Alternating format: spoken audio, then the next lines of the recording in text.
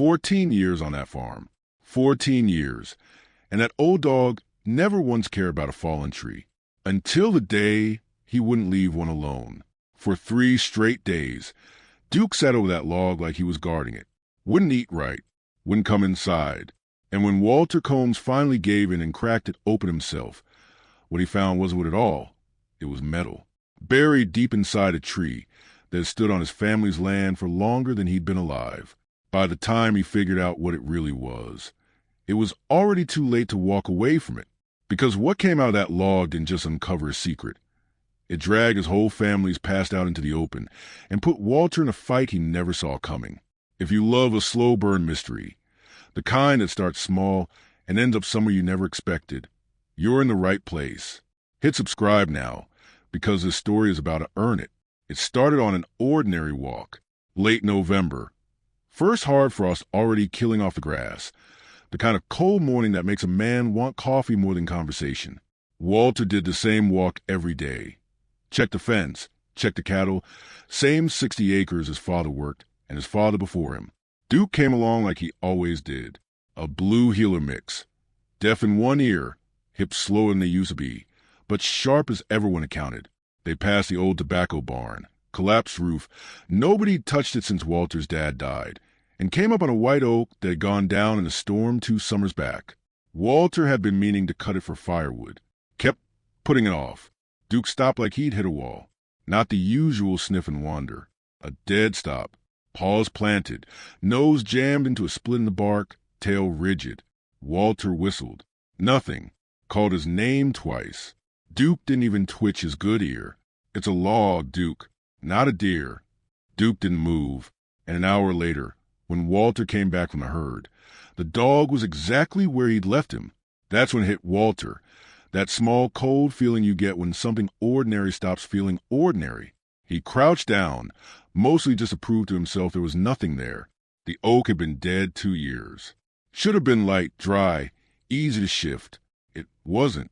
When he tried to roll it over, it fought him.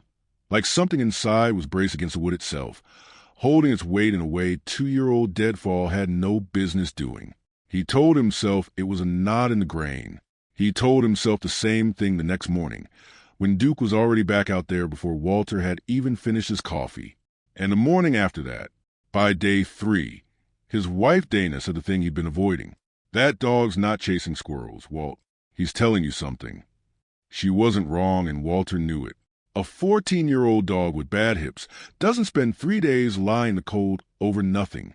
So that afternoon he grabbed a flashlight and a splitting maul, telling himself he'd find a wasp nest, maybe a den of raccoons, something simple enough to put this whole thing to rest. What he found instead made him stop, breathing for a second. A piece of bark came away in his hand, and the wood underneath wasn't the pale gray of 2-year-old deadfall. It was darker, stained, and running straight through the seam of the trunk was a hard, straight edge that had absolutely no business being inside a tree. Metal, dull, rust-colored, sealed inside the wood like it had grown there. Duke pressed his nose right up against it. And for the first time in 3 days, the old dog finally sat down like his job was done. Walter stood over that log with a flashlight shaking slightly in his hand, staring at a strip of buried metal inside a tree that had stood on Combs' land longer than he'd been alive. He had no idea yet that what was sealed inside that trunk was about to force him into a phone call he'd been avoiding for 15 years, one that would pull his family's past straight into present, whether he was ready for it or not. Walter didn't touch the metal that afternoon. He just knelt there in the cold with a flashlight, staring at that dull rust-colored edge buried inside 200 pounds of dead oak. And for a long moment he didn't move at all, because he already had a guess about what it was. And if he was right, it meant something he'd spent 15 years trying not to think about. He called Dale Pruitt, an old friend who ran a small sawmill 2 farms over, the kind of man who cut through more storm-felled trees than anyone in the county and knew the way most men know their own hands. Dale drove out that same evening, ran his thumb along the exposed seam, and didn't say much for a while, which for Dale was unusual. "That's not grown into the tree," Dale finally said.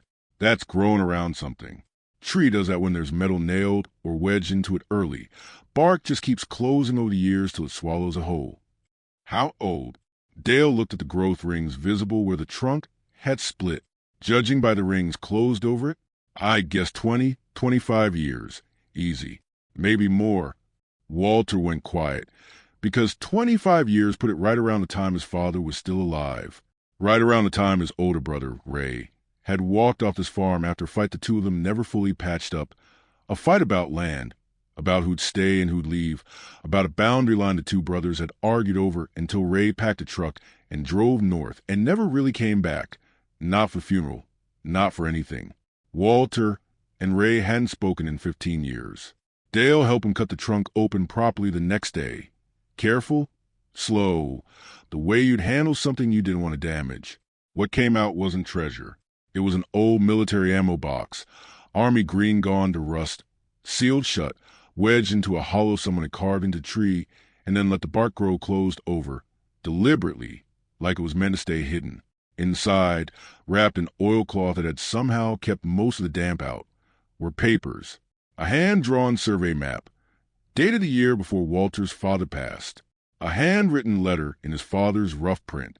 And underneath both of those, an old brass compass that Walter recognized instantly. It had belonged to his grandfather, and Ray had always sworn their father promised it to him. The letter explained everything Walter had never known.